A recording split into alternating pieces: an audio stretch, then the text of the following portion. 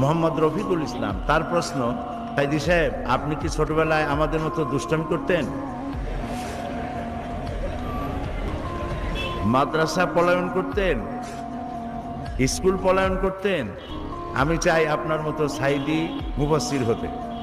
কিভাবে হব একটু দয়া করে বলবেন কি? দুষ্টুমি করা ছোটবেলায় এটা কেউ বেশি করে কেউ কম করে। তো ছোটবেলায় কি ধরনের দুষ্টুমি করতাম তা তো আর আজ মনে নাই। যখন ছোট ছিলাম তখন কিছু দুষ্টুমি তো করতামই, তবে খুব বেশি না, এমন দুষ্টুমি করি নাই যাতে লোকেরা গালাগালি করে। একটা দুষ্টুমির কথা মনে পড়তেছে এখন। শর্ষিরা মাদ্রাসায় সবে ভর্তি হয়েছি, ছোট আমি তখন। তো সেখানে তখন ছাত্র ছিল প্রায় 450-500-র মতো। আমাদের যে সভাপতি মৌলানা শামসুদ্দিন সাহেব, উনি ওই মাদ্রাসার ছাত্র। আমরা একসঙ্গে লেখাপড়া করেছি, উনি আমার সিনিয়র ছিলেন।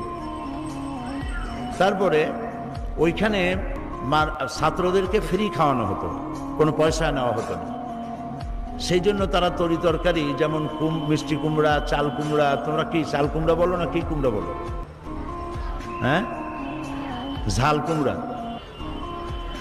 আচ্ছা, ওই মিষ্টি কুমড়া, চাল কুমড়া ইত্যাদি, মূলা, সিম, এগুলি যখন সিজন শেষ হয়ে যেত, যখন এগুলি গরুতেও খায় না, তখন আমাদেরকে এগুলি খাওয়ানো হতো। মানে এতগুলি মানুষ প্রত্যেক দিন দুবেলা খাওয়ানো, এ পয়সা মাদ্রাসা পাবে কোথায়?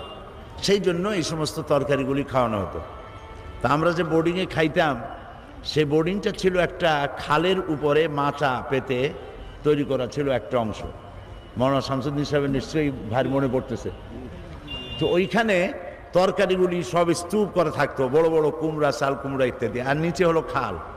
তো এই কুমড়া খাইয়া বিরক্ত হয়ে যেতাম। আমরা কয়েকজনে বুদ্ধি করলাম কুমড়া কমাইতে হবে।